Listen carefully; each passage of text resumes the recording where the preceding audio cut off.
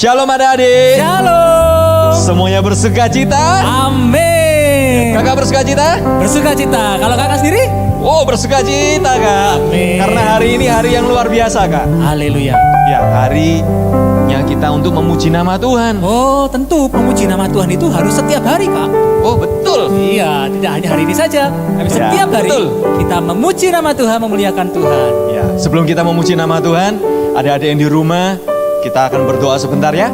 Ya, yuk kita akan berdoa, kakak akan pimpin.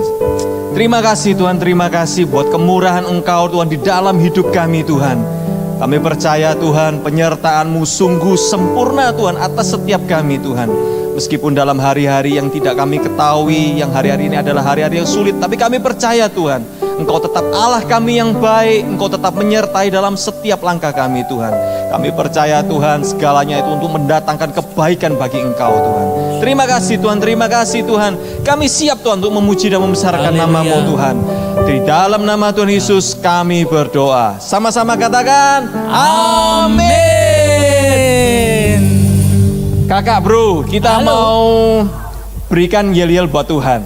Boleh? Apa yel-yelnya? Yel-yelnya yang mau diberkati Tuhan sama-sama katakan yes, yes, yes. Oh, gitu ya, Gitu Kak, ya? aja Kak. 3 kali ya? 3 kali ya Kakak bro. Oke, siap. Ya, sama-sama ya. Siap. 1, 2, 3. Yes, yes, yes. Kurang semangat. Kurang semangat. Kurang semangat. Sekali Ayo, lagi ayo ya. semuanya bagi Yuk, berdiri. semuanya Yuk, bagi kita berdiri. semua Ya. mulai mengatakan, mengamenkan kata-kata ini ya. Ya, dengan iman ya adik-adik ya. Katakan Amin. sama-sama. 1, 2, 3. Yes, yes, yes. Aku diberkati. Haleluya.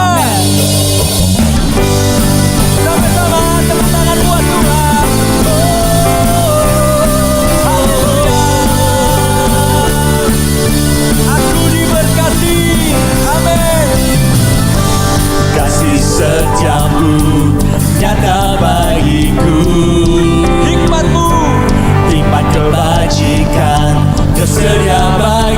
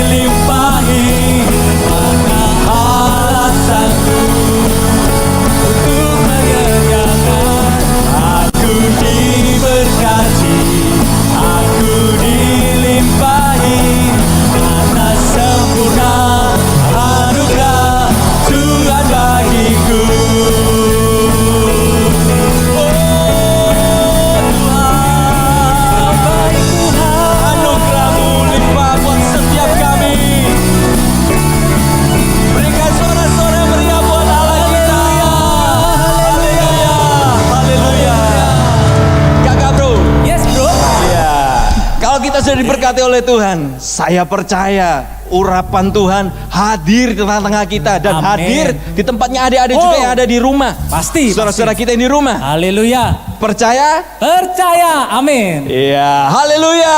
Ada gerakan roh Allah terjadi di sini. Haleluya. Terima kasih Tuhan. Kami percaya lawatanmu melawat setiap umatmu. Haleluya. Roh Allah Bakar hatiku. hati dan hidupku, apimu bakarku, jadi korban persembahan. Jamah bibir hati dan pikiran, dengan api urapanmu. Itu kasih kudus, jangkau semua bangsa, jangkau semua bangsa bagi gerakan semuanya, gerakan roh Allah terjadi di sini. Amin. Allah Tuhan melawat umatnya di timur, di barat, dari utara selatan. Lawatan segala. Haleluya. Roh Kudus, Roh Allah melawat setiap umatmu.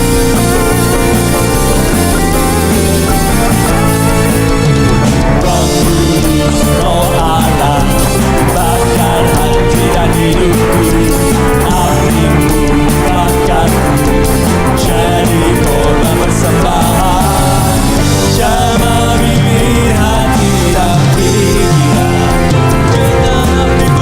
dengan api urapanmu. Itu hati kudus, jangkau semua bangsa bagi gerakannya semuanya siap.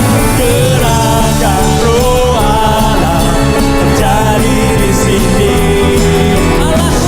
Allahku kan melawan semuanya siap. Timur, dari barat, dari utara selatan. Lawatan Allah sekarang. Gerakan roh Allah terjadi di sini. Yes. Allah Tuhan melawan umat di timur, dan barat, dari utara selatan. Lawatan Allah sekarang. Lawatan Allah. Lawatan Allah. Lawatan Allah. Amin. Lawatan Allah. Lawatan Allah. Lawatan Allah sekarang. Berikan sorak-sorai meriah buat Allah. Haleluya. Haleluya. Terima kasih Tuhan. Iya, semuanya bersukacita. Amin. Ya, sebab apa? Tuhan sudah melawat kita dan memberkati kita. Amin. Amin. Amin. Ya, saya percaya yang di rumah pun masih belum capek, Kak. Loh iya. Saya Iya. bisa melihat dari sini loh. Lu itu kelihatan. Masih semangat semua, Kak. Masih semangat. Ya. Kalau Yuk. gitu masih tetap bangkit berdiri ya. Yes. Kita mau nyanyikan lagu selanjutnya dengan penuh semangat, dengan penuh cinta kasih kita buat Haleluya. Tuhan. Haleluya. Yuk, sama-sama tepuk tangan. Boleh goyang kanan dan goyang kiri. Ya. Kita mau relax, kita mau memuji dan membesarkan nama Tuhan.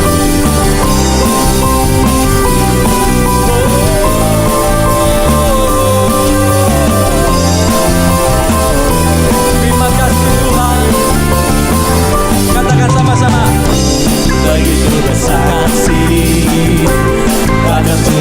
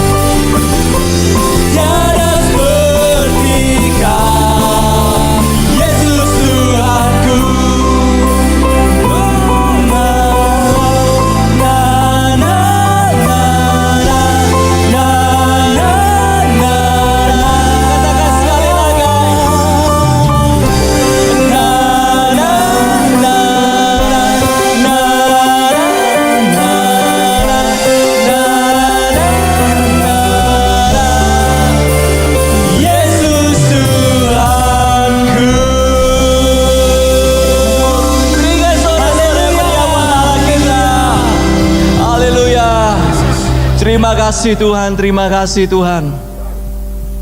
Engkau Allah yang tiada bandingannya Tuhan. Amin Tuhan. Sungguh besar pengharapan kami di dalam Engkau Tuhan. Di tengah-tengah situasi yang tidak baik hari-hari ini Tuhan, kami percaya kami memiliki Allah yang besar, Allah yang sanggup untuk memberikan kami kemenangan. Amin. Mari Tuhan, di pagi hari ini Engkau tambahkan iman buat setiap umat-Mu, setiap anak-anak-Mu dimanapun kami berada Tuhan. Yang saat ini menonton, kami percaya Tuhan, kami diberkati Tuhan. Haleluya, haleluya. Kita mau nyanyikan lagu ini dengan sungguh-sungguh, dengan penuh iman. Katakan kepada Tuhan bahwa kami sungguh bangga memiliki Engkau. Ku hidup karena percaya Kau yang berjanji setia. Pengharapanku selalu ada di dalam-Mu. Kami tidak akan menyerah Tuhan. Ku tidak akan menyerah. Amin. Meski dalam kesesatan, seluruh hidupku dalam genggaman-Mu. Kata-katakan dengan sungguh-sungguh, aku punya Tuhan yang besar. Aku punya Tuhan yang besar, yang telah berjanji dan sanggup menggenapi. Imanku bersepakat percaya kuasa-Nya. Ku terima sekarang kemenangan dari-Mu. Katakan dari awal kembali. Ku hidup karena percaya Kau yang berjanji setia.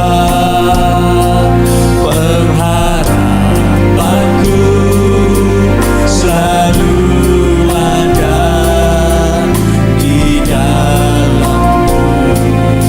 Amin. Di dalam-Mu.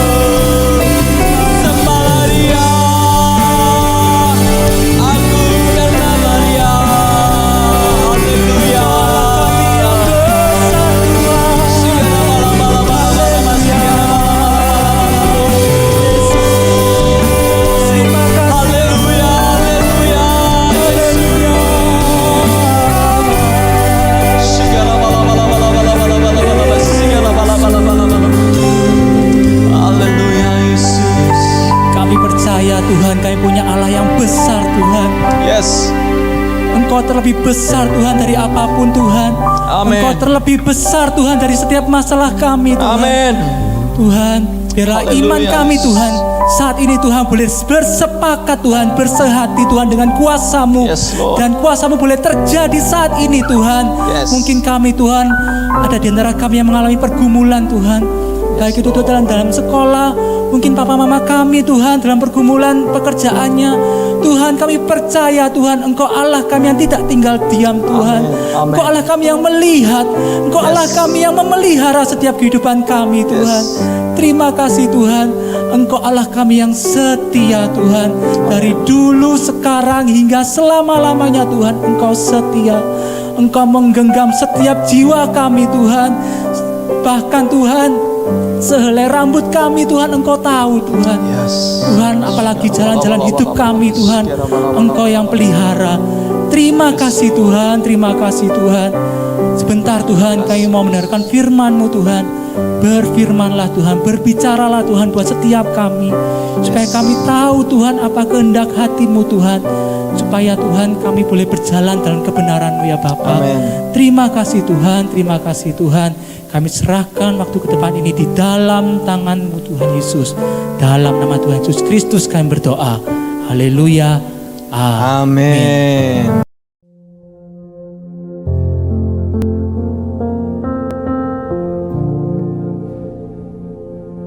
Shalom anak-anak, apa kabar? Semoga kita semua sehat sejahtera diberkati Tuhan. Ulangan kalian juga dapat nilai yang bagus. Hari ini kita dapat kesempatan untuk ikut acara Bible Study for Kids. Minggu lalu kita sudah dengar dari Tante Paulus, House of Prayer, rumah doa. Mengapa rumah doa bisa menjadi sarang penyamun? Bagaimana kita bisa menjadi rumah doa senantiasa? Anak-anak bisa lihat link YouTube-nya lagi.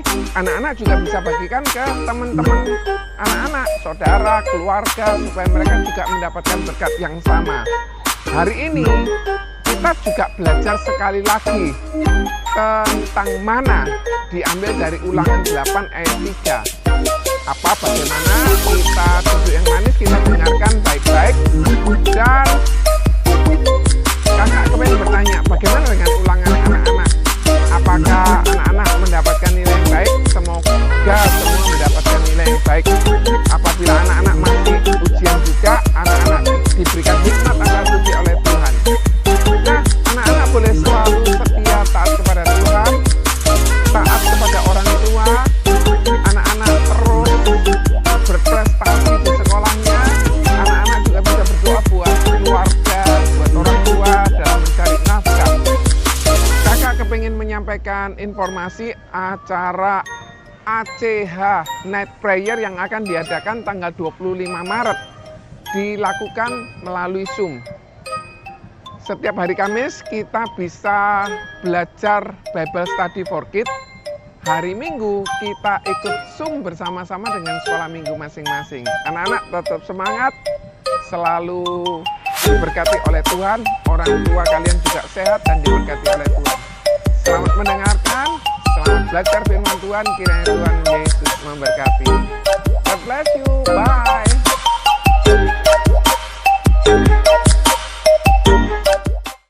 Shalom anak-anak, puji Tuhan. Om senang sekali pada hari ini Om bisa menyampaikan firman Tuhan dan bertemu dengan anak-anak semuanya.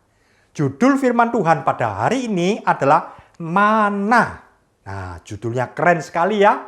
Tulisan mana ini kok banyak roti-rotinya ya? Apa ya hubungan antara mana dan roti?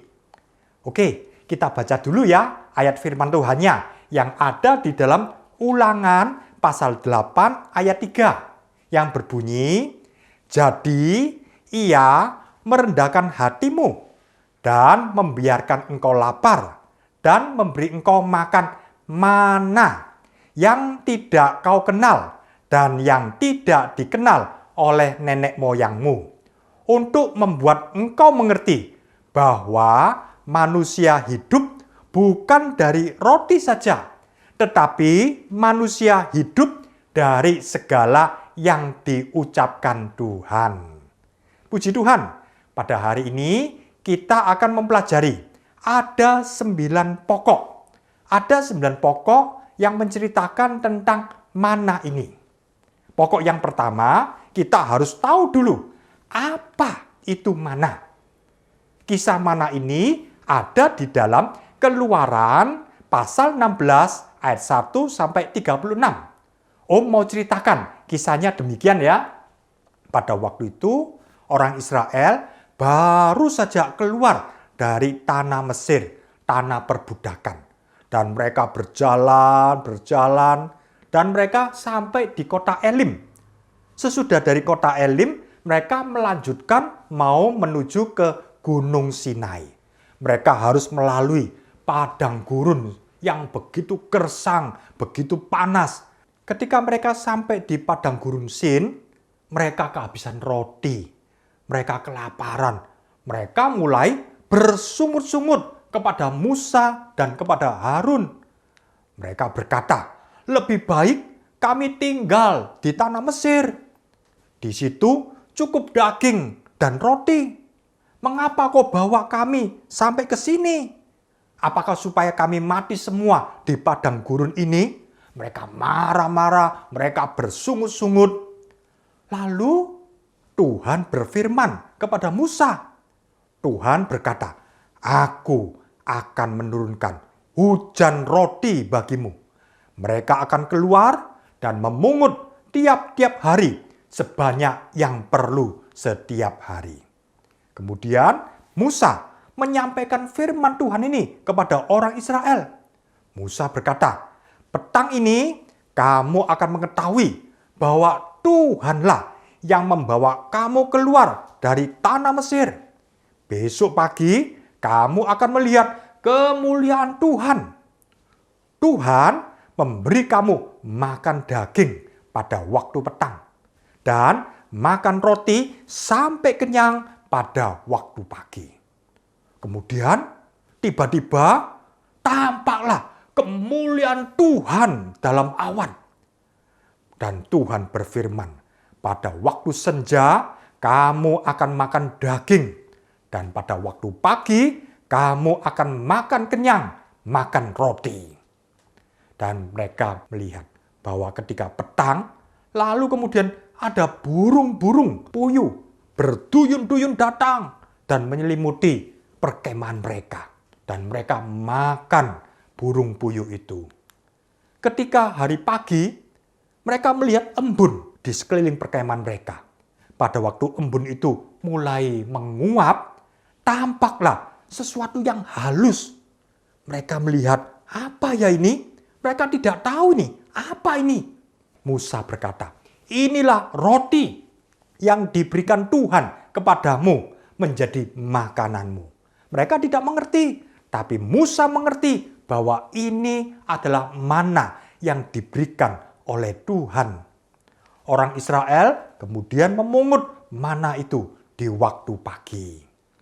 Kemudian Musa berpesan, seorang pun tidak boleh meninggalkan mana sampai pagi. Mereka menuruti perkataan Musa dan mereka memakan mana itu sampai habis. Tetapi ada juga mereka yang menyisahkan untuk besoknya. Pada waktu besok ternyata mana itu menjadi busuk. Kemudian mereka tahu bahwa mana itu harus dihabiskan pada hari itu. Tidak boleh disimpan sampai besok. Jadi orang Israel pada hari pertama sampai hari kelima mereka memungut mana 1 gomer untuk 1 orang. Tapi khusus pada hari ke-6 mereka memungut 2 gomer. Mereka memungut lebih banyak. Mereka memungut 2 gomer untuk 1 orang. Mengapa? Sebab pada hari ke-7 itu adalah hari Sabat. Pada hari ke-7 mana tidak turun. Jadi pada hari ke-6 mereka memungut 2 gomer untuk dimakan hari ke-6 dan hari ke-7. Biarpun disimpan sampai hari ke-7, tapi mana itu tidak busuk. Sebab ini adalah perintah Tuhan. Hari ke-6 2 gomer. Hari ke-7 mana tidak turun, tapi mereka makan dari mana yang diambil pada hari ke-6. Dan hari ke-7 mereka merayakan Sabat, mereka tidak bekerja, dan mereka tetap bisa makan. Tuhan tetap pelihara. Orang Israel terus berjalan sampai mendekati perbatasan masuk ke tanah Kanaan. 40 tahun Tuhan pelihara mereka. Tuhan beri makan kepada orang Israel. Anak-anak, kalau Om mau ringkas, apa itu mana? Jadi, mana itu adalah makanan yang diberikan Tuhan untuk orang Israel selama perjalanan keluar dari Mesir menuju ke tanah Kanaan. Perjalanan mereka 40 tahun. Dan mereka memungut mana pada hari ke-1 sampai hari ke-5 itu masing-masing 1 gomer. Tetapi pada hari ke-6 mereka khusus memungut mana 2 gomer. Dan pada hari ke-7 mana tidak turun, itulah hari Sabat. Puji Tuhan. Anak-anak, Om tadi sudah menceritakan apa itu mana. Mungkin ada yang bertanya, buat apa Om? Itu kan kejadian ribuan tahun yang lalu. Itu kan cerita orang Israel. Apa hubungannya dengan aku? Karena itu kita masuk dalam pokok yang kedua. Apa maknanya buat kita? Sebab kalau kita hanya sekedar membaca, tidak ada hubungannya antara kisah ini dengan kita. Tapi kalau kita tahu maknanya, ini menjadi pelajaran yang luar biasa. Di dalam 1 Korintus 10 ayat 11 ini dikatakan bahwa apa yang terjadi dalam bangsa Israel itu menjadi contoh buat kita. Apa yang terjadi pada perjanjian lama itu menjadi pelajaran dan menjadi peringatan buat kita orang-orang perjanjian baru. Oleh karena itu kita harus tahu apa ini artinya, apa ini maknanya. Kalau tadi Om sudah ceritakan bahwa orang Israel keluar dari tanah perbudakan Mesir. Dan mereka berjalan selama 40 tahun sampai menuju ke tanah Kanaan. Dan Tuhan pelihara dengan makanan mana. Demikian juga ini sebenarnya menceritakan tentang perjalanan iman kita. Kita tahu bahwa kita itu dilepaskan dari belenggu setan, dari kuasa kegelapan, dari perhambaan dosa. Ketika kita percaya kepada Tuhan Yesus, itulah permulaan hidup rohani kita. Dan kemudian dalam perjalanan itu, Tuhan memberikan makanan buat kita secara rohani. Sampai kemudian kita masuk dalam kesempurnaan atau kita masuk dalam kerajaan sorga. Jadi cerita tentang mana ini bukan hanya sekedar cerita orang perjanjian lama yang tidak ada artinya dengan kita. Justru ini menjadi pelajaran yang berharga buat anak-anak, buat Om, buat kita semua orang-orang percaya di akhir zaman ini. Mana ini ajaib anak-anak. Bayangkan orang Israel, baik itu bayi, diberi mana. Anak-anak juga makan mana. Remaja, menunya juga sama, mana. Orang dewasa, bahkan sampai orang yang sudah tua pun juga makan mana. Kalau zaman sekarang, bayi tidak bisa makan nasi. Harus minum susu. Kemudian kalau sudah mungkin punya gigi dan kemudian dewasa bisa makan nasi. Tetapi ketika sudah tua, kemudian sakit, kemudian akhirnya minum susu lagi yang penuh nutrisi.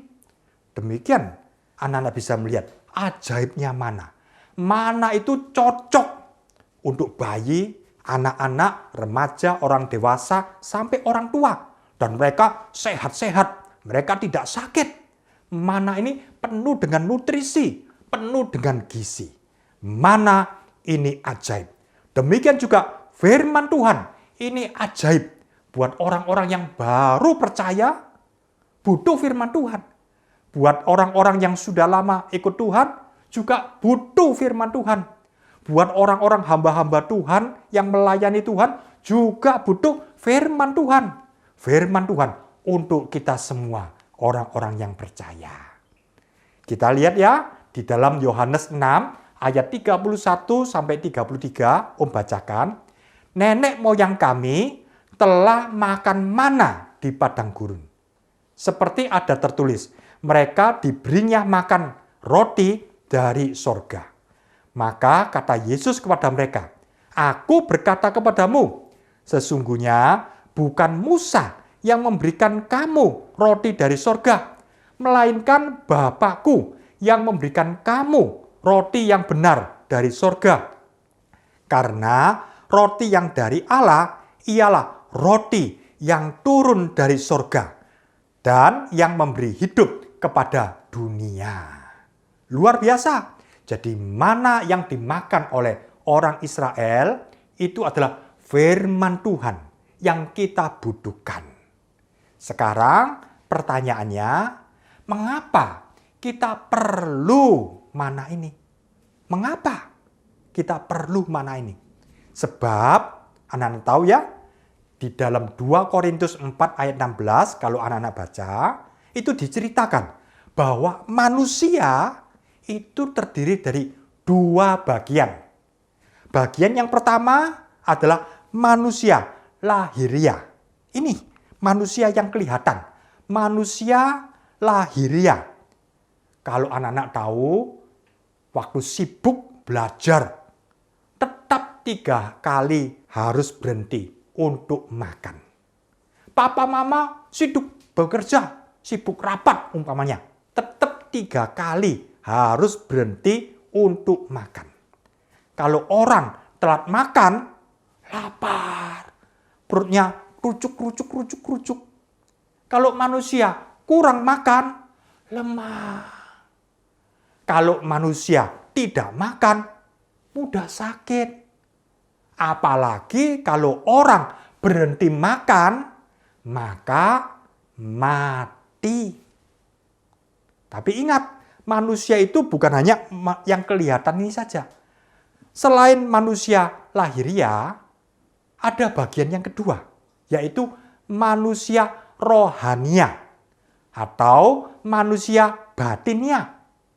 Manusia batinnya ini juga perlu makan.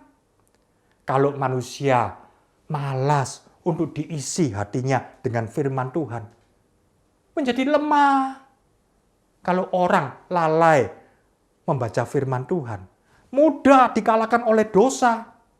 Jadi harus diperhatikan bahwa manusia ada 2 bagian, yaitu manusia lahiriah, jelas kita harus makan, dan manusia rohania, manusia batinnya. Ini pun juga butuh makan. Kita lihat ya, di dalam Mazmur 81 ayat 17 dikatakan, tetapi umatku akan kuberi makan gandum yang terbaik.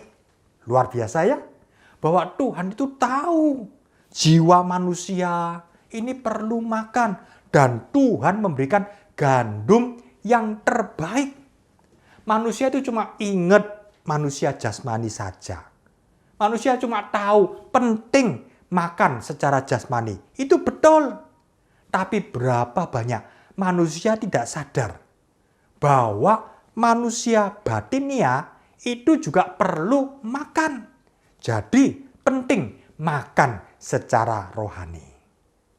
Kita baca dulu ya, di dalam Ulangan 32 ayat 14 dikatakan ya, ini juga diceritakan bahwa Tuhan itu memberikan gandum yang terbaik. Dia adalah Allah yang baik, Bapa kita tahu rohani kita ini butuh makan.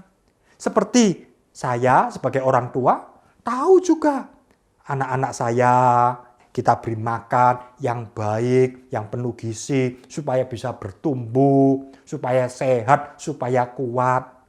Satu kali anak saya pada waktu kecil ya, ayo makan. Ndak mau makan. Loh, ayo makan. Oh, sudah makan, Kak. Loh, kapan makan? Kemarin sudah makan. Loh, Kemarin sudah makan. Sekarang juga makan lagi. Setiap hari juga makan. Nah, manusia tahu bahwa kita butuh makan. Demikian juga rohani kita. Kalau tidak makan menjadi loyo. Dalam Mazmur 78 ayat 24 sampai 25 ya, Om bacakan ya. Bahwa Tuhan itu menurunkan kepada mereka hujan mana. Oh, ini bukan hujan air, tapi hujan mana untuk dimakan. Dan memberikan kepada mereka gandum dari langit. Oh, hebat sekali. Ayat 25, setiap orang telah makan roti malaikat. Wah, jadi mana ini adalah roti malaikat. Ini turun dari sorga. Ia mengirimkan perbekalan kepada mereka berlimpah-limpah. Artinya banyak sekali Tuhan memberikan roti ini. Tujuannya adalah supaya kita menjadi hidup, rohani kita menjadi kuat. Om beri satu cerita ya. Anak-anak lihat ini gambarnya. Nah, ini ada kapal pesiar sedang jalan di laut, melihat pulau-pulau. Oh, bagus. Wah, semua turis-turis senang sekali ya. Mereka berlayar. Tapi tiba-tiba kapalnya tenggelam. Wah, penumpangnya berusaha berenang dan mereka menuju ke pulau yang terdekat.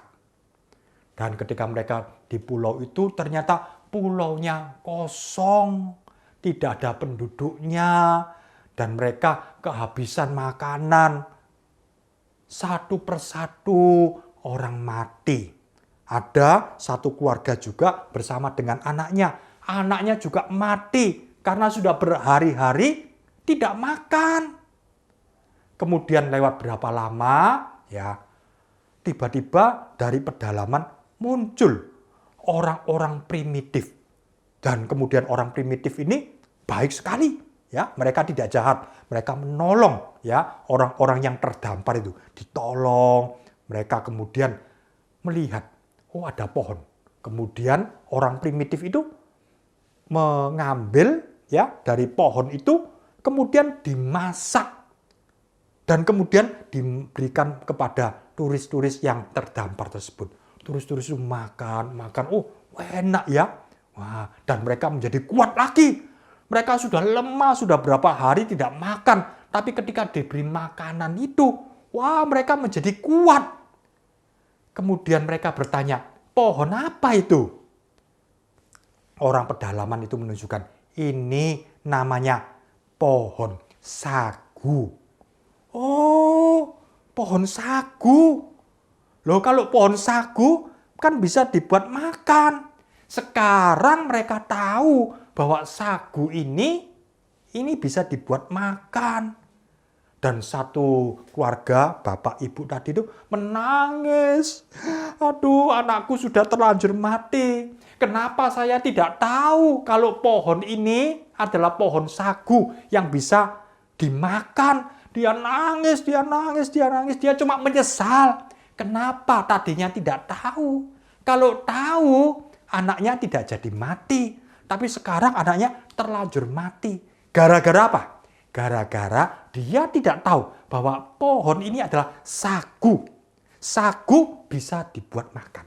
Demikian juga seringkali umat Kristen, orang percaya, mati rohaninya karena tidak tahu bahwa Alkitab ini adalah makanan rohani kita.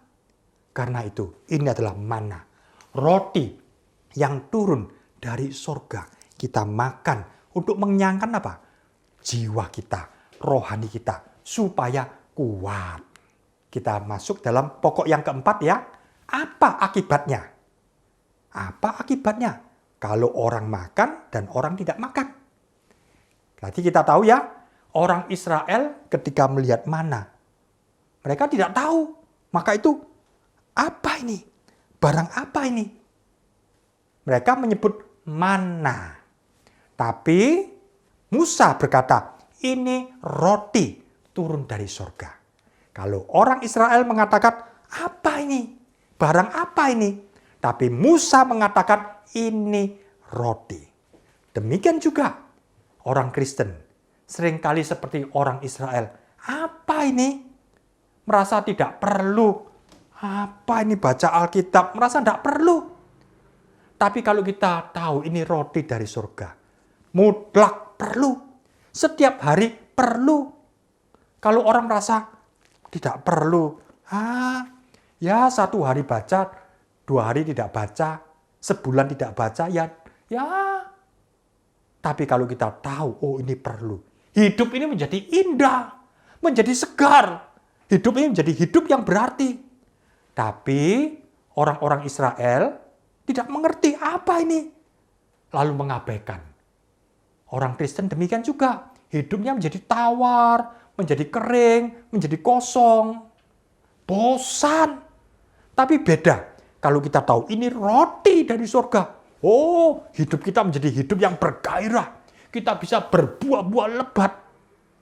Tapi orang yang mengabaikan firman Tuhan, hidupnya menjadi bantut. Bantut artinya tidak bisa berbuah. Kalau sudah tidak bisa berbuah, hidupnya dikalahkan oleh dosa. Diinjak-injak oleh setan. Tertawan dia. Hidupnya menjadi pahit. Beda dengan kita. Kalau mau menganggap ini adalah roti yang turun dari surga, kita menjadi menang.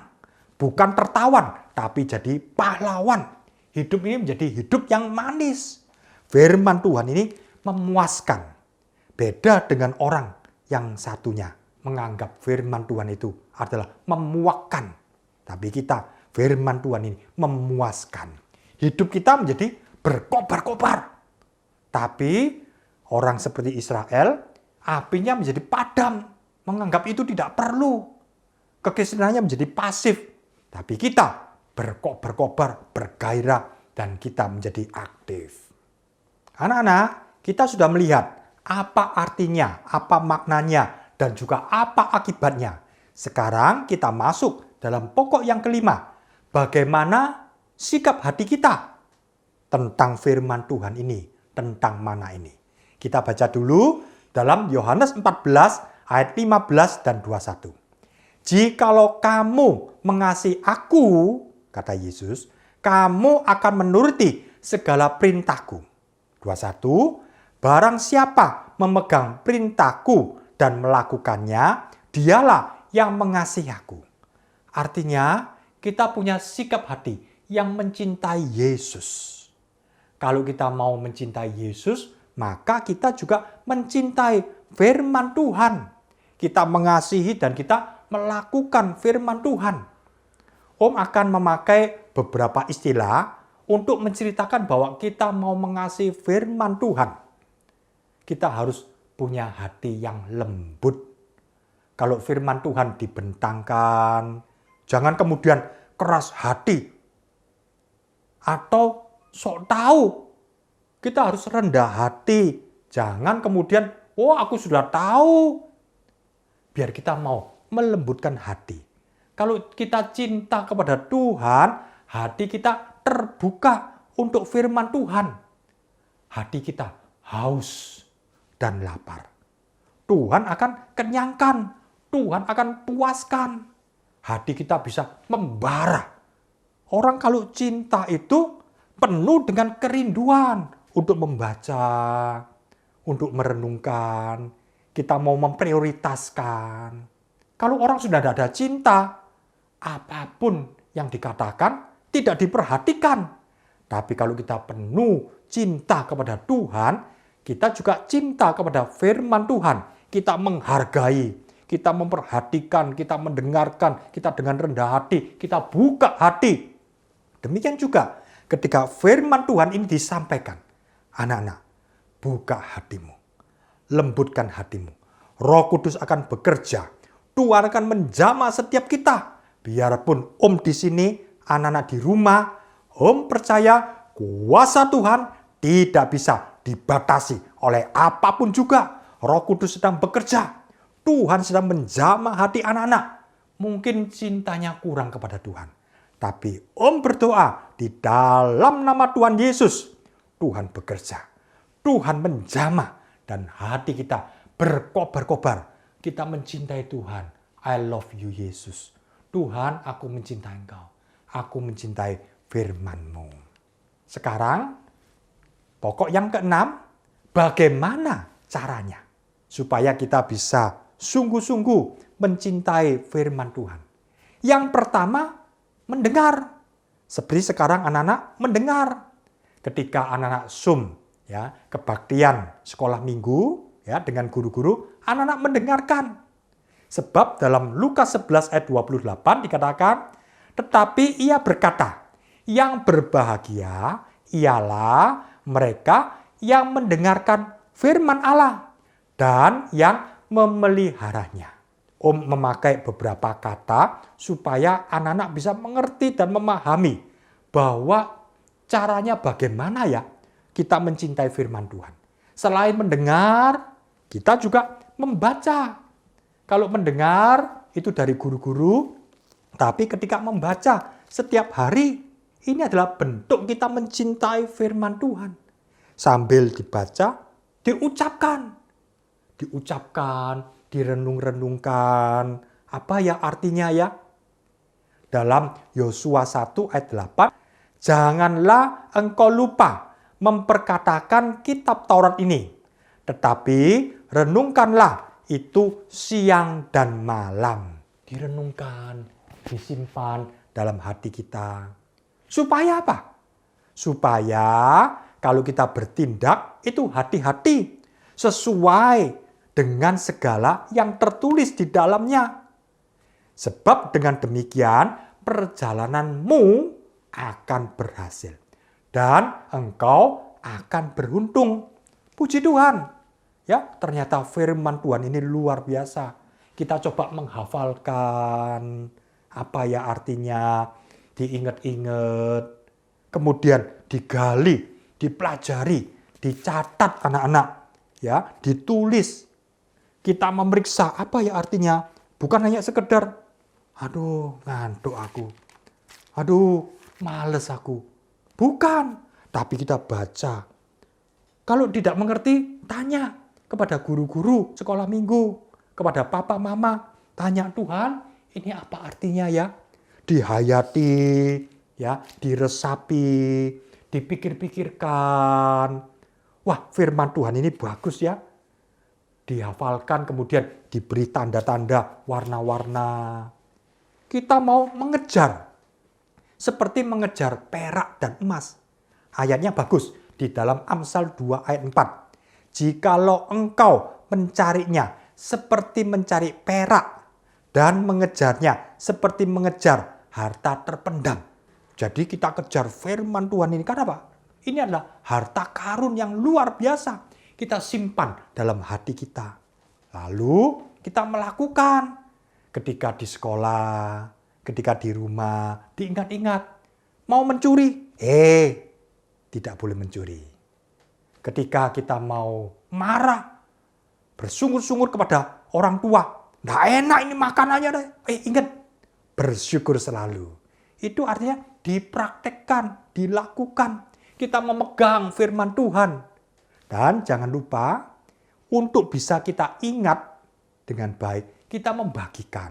Mungkin ada teman kita ya yang susah, dibacakan ayatnya. Nah, dibacakan ya, didoakan. Ketika kita membagi, itu akan meresap juga di dalam hati kita. Kita mengajar, kalau anak nanti sudah besar ya, bisa menjadi guru sekolah minggu juga. Nah, nanti anak-anak bisa mengajar firman Tuhan. Sekarang, pokok yang ketujuh, apa targetnya? Kalau kita mengerjakan sesuatu, pasti punya tujuan. Demikian juga Tuhan memberikan mana ini, firman Tuhan kepada kita. Tuhan juga punya target. Tuhan juga punya tujuan. Apa sih? Firman Tuhan itu bisa menghidupkan. Artinya, rohani yang mati bisa bangkit. Seperti kisah di dalam Yeskiel, itu ada tulang-tulang kering. Bukan hanya sekedar mayat, tapi ini sudah jadi tulang-tulang kering yang berserakan. Tapi ketika firman Tuhan dibentangkan oleh Nabi Yeskiel, tulang-tulang itu bergerak dan tulang-tulang itu sambung kembali. Tulang-tulang itu kemudian ada dagingnya, kulitnya, dan bangkit. Demikian juga firman Tuhan yang Om sampaikan ini. Om berdoa di dalam nama Tuhan Yesus.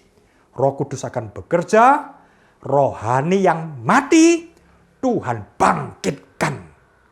Rohani yang suam-suam dalam nama Tuhan Yesus menjadi berkobar-kobar. Ini tujuannya, supaya umat Tuhan menjadi umat yang hidup, yang berkobar-kobar. Selain itu, mana ini tujuannya untuk membetulkan hidup kita. Di dalam 2 Timotius 3 ayat 16 dikatakan, segala tulisan yang diilhamkan Allah memang bermanfaat untuk mengajar, untuk menyatakan kesalahan, dan untuk memperbaiki kelakuan, dan untuk mendidik orang dalam kebenaran. Jadi bukan hanya sekedar membaca, tapi ini punya target. Kita makin lama makin diperbaharui, makin dibetulkan yang salah. Dan rohani kita menjadi segar. Kemudian Tuhan menuntun hidup kita. Di dalam Mazmur 119 ayat 105 dikatakan, firman Tuhan itu pelita bagi kakiku dan terang bagi jalanku. Oh, firman Tuhan ini menuntun hidupnya anak-anak. Sekarang anak-anak mungkin masih sekolah, belum bekerja, belum rumah tangga. Tapi Tuhan akan pimpin menjadi orang yang indah. Masuk dalam keluarga yang indah. Karena itu sejak kecil, taatlah firman Tuhan. Cintai firman Tuhan. Tuhan akan tuntun. Kadang-kadang kita tidak mengerti. Tapi Tuhan akan menuntun hidupnya anak-anak. Rohani ini bisa bertumbuh. Seperti dalam Sakaria 9 ayat 17 dikatakan, sungguh alangkah baiknya dan alangkah indahnya teruna, ya seperti anak-anak ini teruna ya, bertumbuh pesat. Oh, artinya bertumbuh dengan cepat karena gandum dan anak dara karena anggur. Rohani kita harus bertumbuh, jangan pelan-pelan, jangan mogok, tapi harus bertumbuh dengan pesat. Sebab tujuan kita sempurna seperti Yesus itu sendiri. Dengan firman Tuhan, maka iman kita menjadi teguh, menjadi kuat. Dan firman Tuhan ini yang kita baca itu mempersenjatai kita. Di dalam Efesus 6 ayat 17 dikatakan bahwa pedang roh, ini pedang roh, yaitu firman Tuhan. Kalau iblis mau menyerang dalam pikiran kita, waduh enaknya balas saja, balas saja. Iblis, firman Tuhan mengatakan, ampuni, berkati, doakan. Dalam nama Tuhan Yesus, iblis pergi. Ini pedang roh. Mungkin ada pikiran-pikiran yang jahat, pikiran yang cabul. Dalam nama Tuhan Yesus, pergi engkau. Firman Tuhan ini pedang roh. Ini memperlengkapi anak-anak. Gunakan.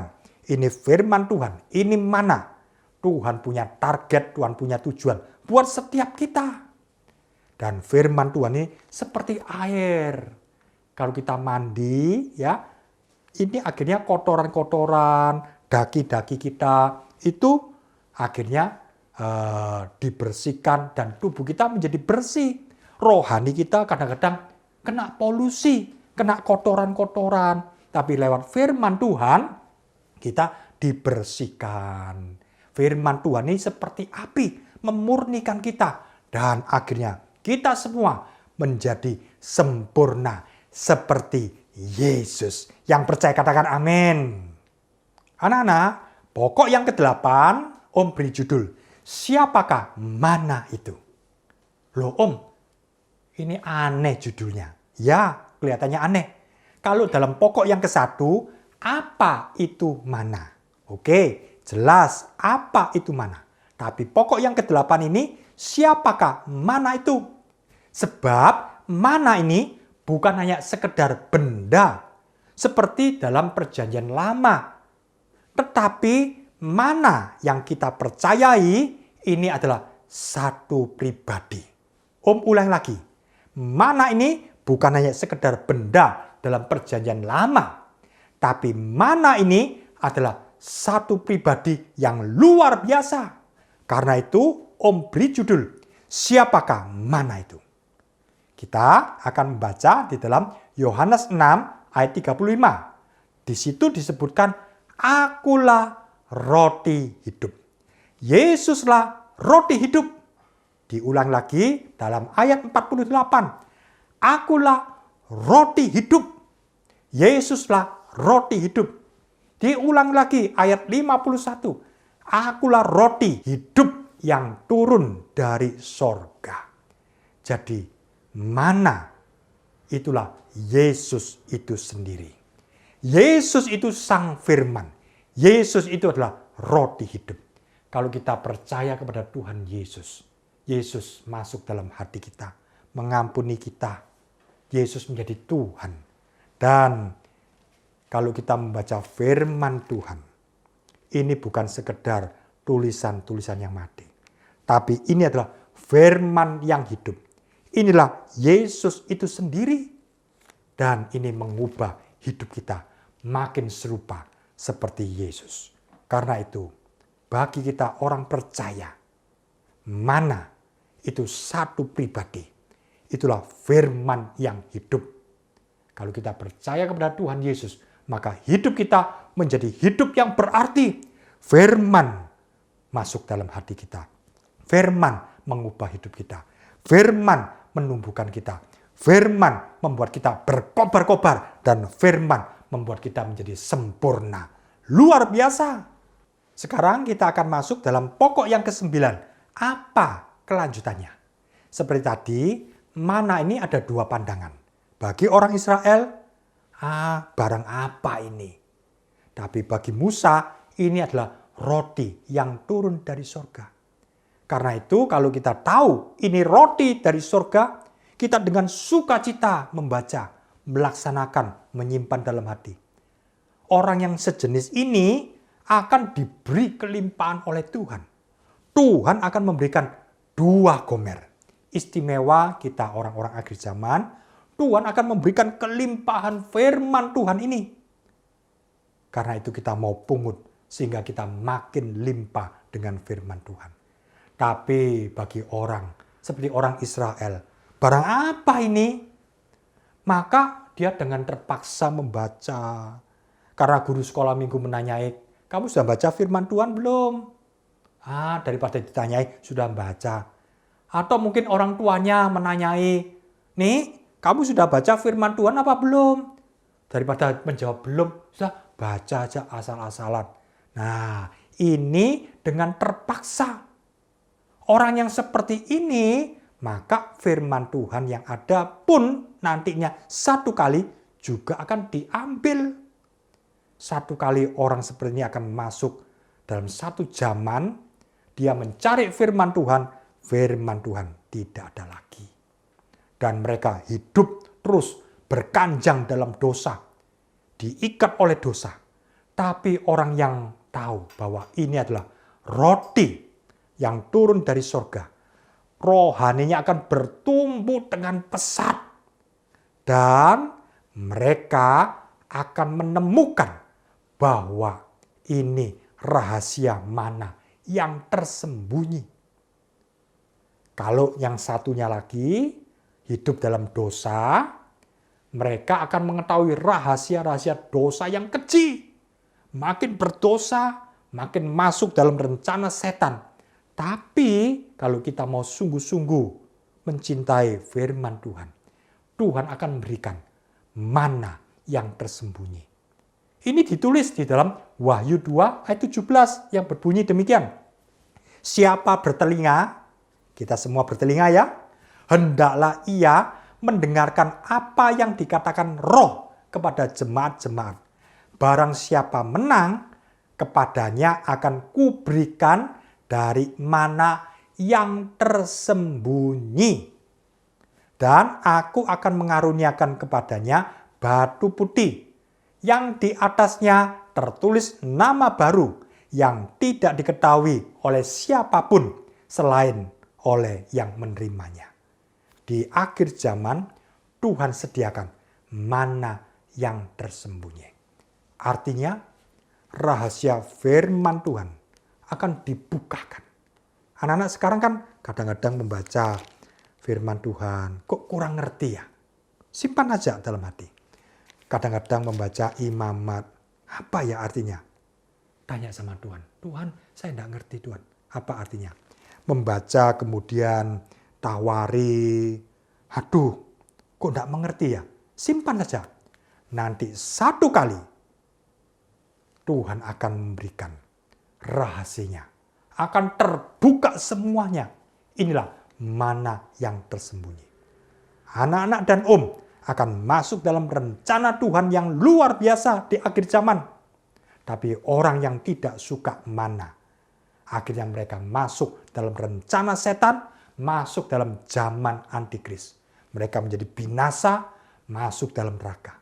Tapi kita yang mencintai firman Tuhan dengan sungguh-sungguh, masuk dalam rencana Allah, kita masuk dalam kebahagiaan. Raja di atas segala raja. Puji Tuhan. Kita akan merekap semuanya ya. Apa yang sudah Om jelaskan. Yang pertama, apa itu mana? Mana adalah makanan buat orang Israel selama 40 tahun. Tetapi ini punya makna buat kita. Inilah firman Tuhan. Inilah makanan kita. Mengapa kita perlu mana ini? Sebab manusia terdiri dari dua bagian. Manusia lahiriah dan manusia batiniah. Lahiriah butuh makan nasi. Manusia rohania butuh juga makan firman Tuhan. Supaya rohani kita juga kuat. Dan kita tahu akibatnya orang yang suka firman dan orang yang tidak suka firman. Kalau kita mau suka firman, maka kita harus punya sikap hati yang baik, yaitu mencintai. Kita prioritaskan. Kita mau sungguh-sungguh mencintai firman Tuhan. Dengan cara apa? Ada banyak tadi ya. Ada membaca, menghafal, merenungkan, memikirkan, dan sebagainya. Banyak sekali. Dan Tuhan berikan ini bukan tanpa tujuan. Tuhan punya target. Sebab firman Tuhan itu membuat kita bertumbuh. Rohani kita menjadi indah. Oh, banyak sekali tadi Om sudah terangkan. Dan yang ke-8, bahwa mana itu bukan sekedar benda, tapi mana itu adalah Yesus itu sendiri. Dan khusus kita, orang-orang di akhir zaman, Tuhan punya kelanjutannya. Yaitu Tuhan akan bawa setiap kita masuk dalam rencana Tuhan, dan kita akan mendapatkan mana yang tersembunyi. Artinya rahasia-rahasia firman Tuhan akan dibukakan dan kita akan mengerti. Luar biasa. Kita akan baca ya ayat hafalannya di dalam Ulangan pasal 8 ayat 3. Jadi ia merendahkan hatimu dan membiarkan engkau lapar dan memberi engkau makan mana yang tidak kau kenal dan yang juga tidak dikenal oleh nenek moyangmu, untuk membuat engkau mengerti bahwa manusia hidup bukan dari roti saja, tetapi manusia hidup dari segala yang diucapkan Tuhan. Kita akan menyanyikan Aku Mengasihi Engkau Yesus.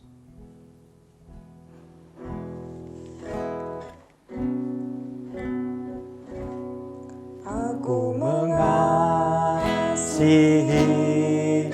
Engkau Yesus dengan segenap hatiku. Aku mengasihi Engkau Yesus dengan segenap jiwaku. Ku renungkan firman-Mu siang dan malam. Ku pegang firman-Mu dan ku lakukan. Engkau tahu ya Tuhan, tujuan hidupku hanyalah untuk menyenangkan hatimu. Ku renungkan firman-Mu siang dan malam. Ku pegang perintah-Mu dan ku lakukan. Engkau tahu ya Tuhan, tujuan hidupku hanyalah untuk menyenangkan hati-Mu. Bapa kami dalam surga, Tuhan Yesus, terima kasih Tuhan.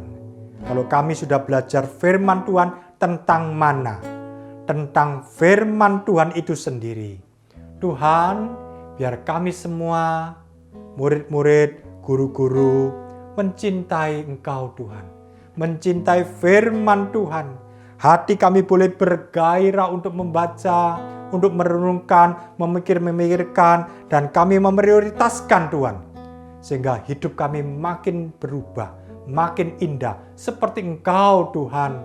Tuhan, kalau kami kadang-kadang malas, kadang-kadang lalai, biar lewat hari ini kami ambil komitmen untuk sungguh-sungguh memegang firman Tuhan. Berjanji, Tuhan kami mau mencintai Engkau, mencintai firman Tuhan. Terima kasih Tuhan. Tuhan memberkati juga anak-anak. Anak-anak, mungkin ada yang sakit, angkat tanganmu. Om berdoa di dalam nama Tuhan Yesus. Oleh bilur-bilur Tuhan Yesus, Tuhan sembuhkan. Turunkan tangan. Mungkin ada yang kesulitan dalam ekonomi. Orang tuanya, pekerjaannya. Om mau berdoa di dalam nama Tuhan Yesus. Tuhan sanggup buka jalan. Tuhan sanggup memberkati. Turunkan tangan. Mungkin ada yang hari-hari ini ujian di sekolahnya. Angkat tanganmu. Tuhan memberikan hikmat akal budi, kepandaian, kecerdasan. Seperti hikmat yang turun kepada Daniel, hikmat yang sama turun kepada anak-anak semua di dalam nama Tuhan Yesus. Terima kasih Tuhan. Sekarang kita angkat tangan kita. Biarlah berkat dari Allah Bapa, anugerah di dalam Tuhan Yesus Kristus, persekutuan dalam Roh Kudus, limpah dalam kehidupan kita semua, mulai dari detik ini sampai Maranatha, Tuhan datang kembali. Yang percaya katakan, amin. Puji Tuhan, Tuhan memberkati.